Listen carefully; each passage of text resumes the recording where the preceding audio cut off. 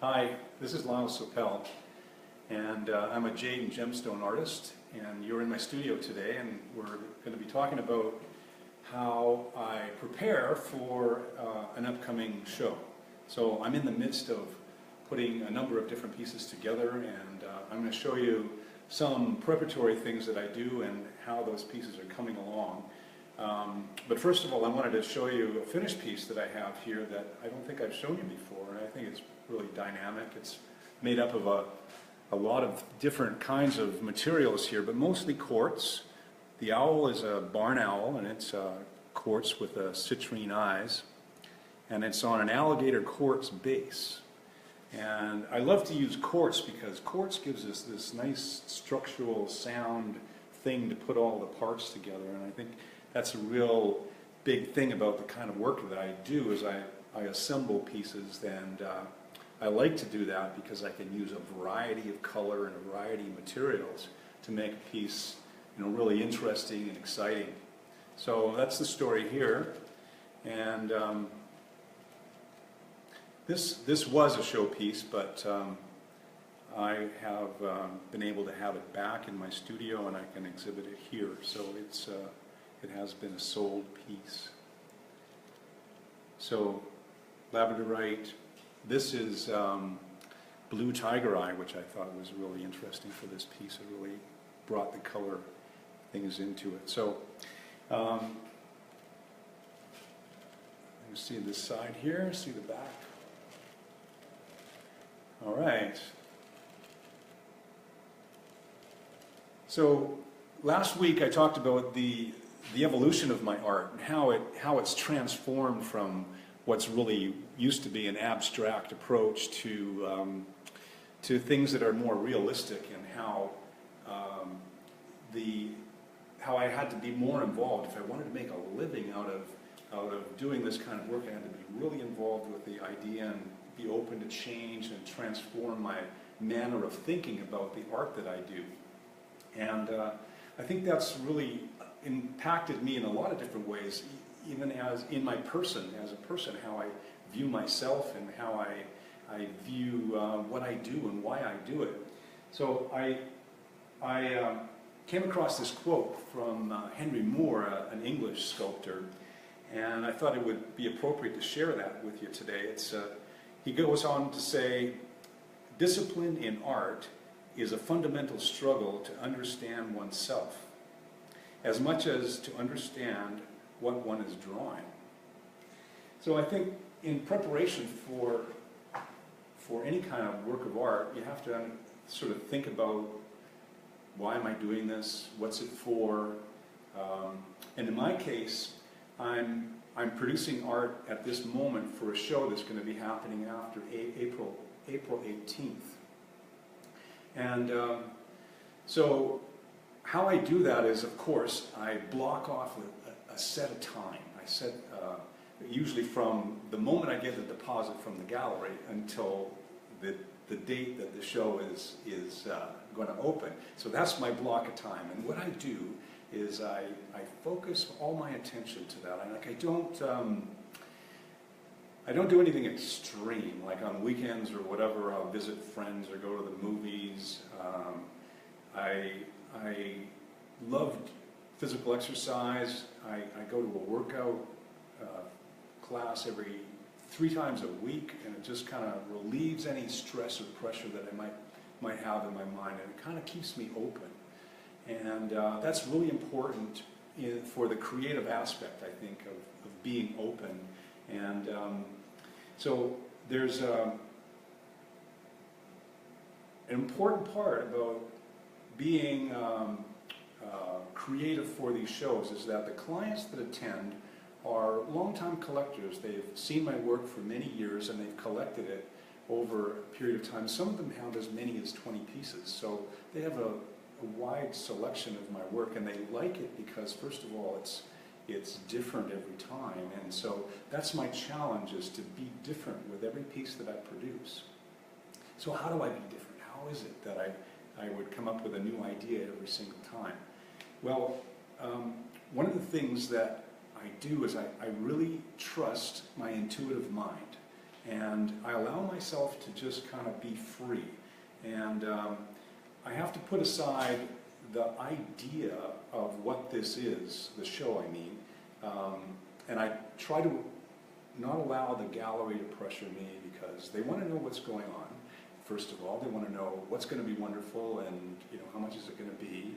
And so, for instance, these pieces that are going to be showing in the gallery will sell anywhere from $40,000 to $75,000. So that means a great deal to the gallery financially, as well as it means a great deal to me on a financial level. So it's important that they all be successful. So how do I work with that pressure? How do I produce in a way that I'm open and free? So I just trust my intuitive mind, and I allow myself to be observed or observe different things. Like, for instance, I was just going through one of my wildlife books when I was planning the showpieces, and I came across a walrus.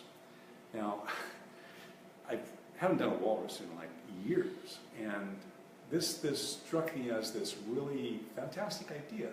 And so I brought it up to my wife, who is all things to me, really. But one thing that's she's really important to me about is being a mentor. And she said, oh, when I mentioned the walrus, she said, oh, you mean like in the song the Beatles did? I am a walrus?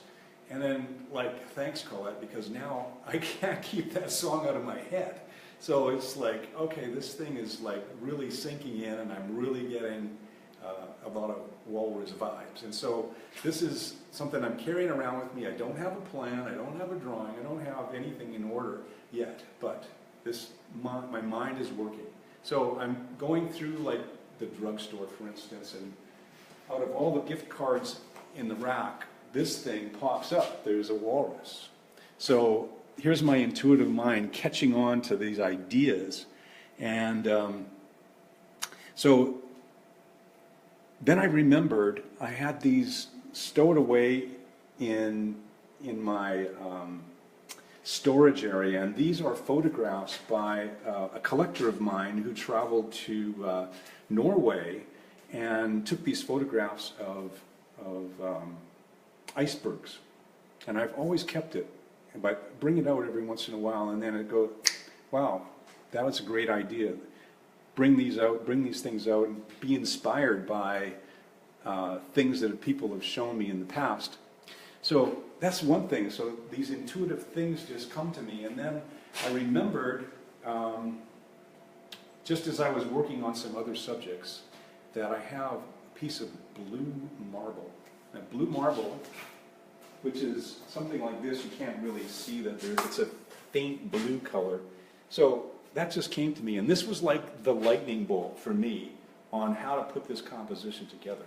So the idea was percolating, and the thoughts were jiving, and the song was singing, and all of a sudden I got this like snap or bolt of lightning, I'd say it that way, that said, yeah, the blue marble gives me the base, I can do the composition with the walruses, and I'm going to get something that's going to be exciting, interesting, innovative, and inspiring.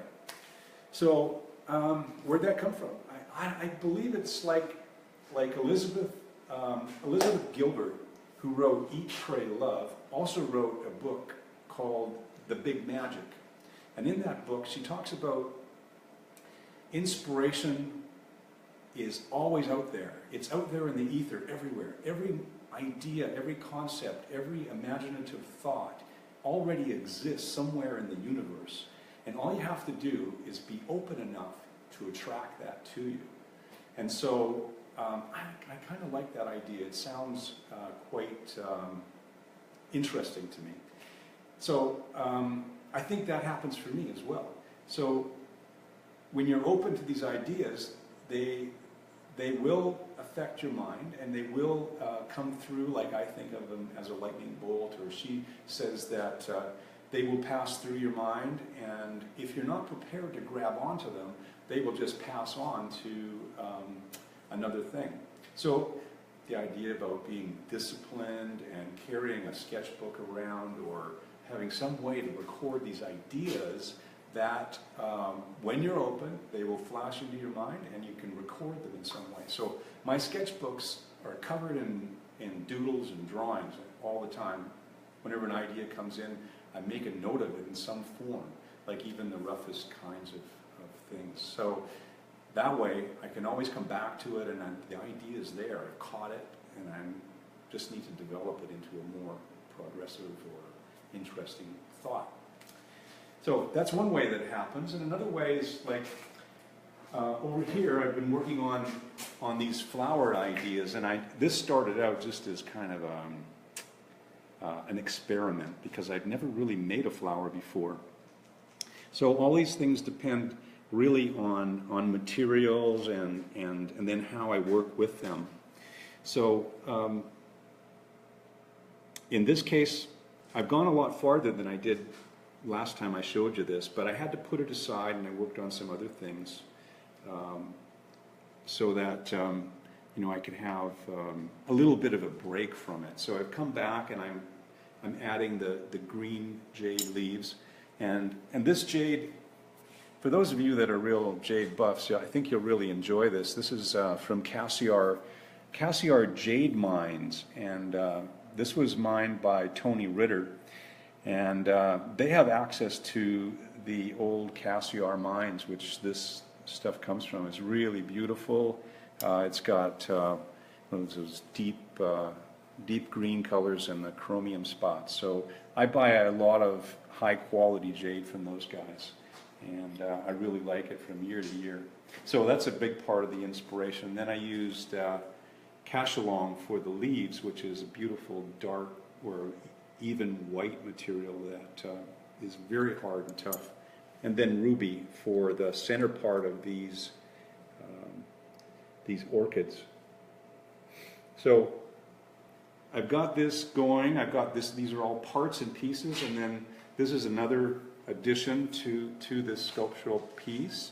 And you can see that this is tiger eye, and again, this is, to me, is just like this incredible work of art. This is a beautiful sculptural piece just as it is.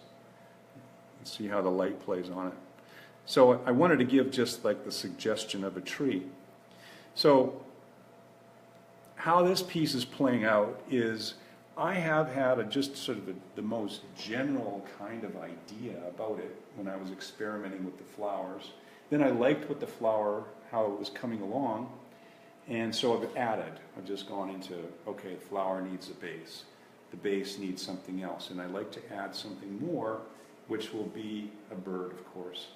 But I can't really share all of these pieces complete because I have an agreement with the gallery that the people that attend these shows will be the first ones to see these pieces complete. So I can only show you bits and pieces and share a little bit about them. So, you know, these pieces are going to be shown to a group of collectors that have seen my work many times before, as I've said. And so the question is, what's going to inspire them, and what does inspire them to keep coming back to buy more art or buy more pieces? And it's really the, I don't think it's so much even the materials or the craftsmanship, although those things are really important. That's like, without saying, it has to be well crafted and the materials have to be beautiful. But it's beyond that. It's the thing that inspires me, that thing that I share in the creation of the art. And I always think of my art as like storytelling, or I think of it as theater. So it's never static in my mind. It's always a story or some other aspect of the art. So if it doesn't have story, I believe it's just an object, and it can be a well-crafted object. It can be like a beautifully made pen, but the pen doesn't have a story, or it can be a beautifully made cup, or anything like that. But what more does it have to say? So when I create the art, I try to put that aspect of in it, and then share that part. And that's the thing that I believe that I share with collectors, is that inspiration. And that's what both the collector and I identify with in the art. And that's what keeps them coming back and wanting to collect more. So the other thing that's really key, I believe, in being successful with this kind of approach to selling in event shows or just selling in art, is to have a relationship with the people that want to collect your art. And relationship is the key. It's the thing that helps the collector understand where the idea came from, helps them understand who you are as a person and as an artist, and it makes the whole circle go round. So, integrity and sincerity and all those kinds of things that I've talked about in the past really show up in conversations with the collectors, and that's what they want to see. That's what they want to know. What's the story behind the art, and what's the story behind the artist. So I hope that helps you understand a little bit more about my creative process and about how I prepare for these things. And if there's anything that you would like me to share more about, I'd appreciate your comments. I'm sure there's a lot of people out there that also do this kind of thing, that prepare for events or prepare for a commission or anything like that. And I'd love to hear your story. I'd love to hear how you do it. And I'm open to the dialogue about that idea. So thanks for being with me today, and we'll see you next week. Thanks.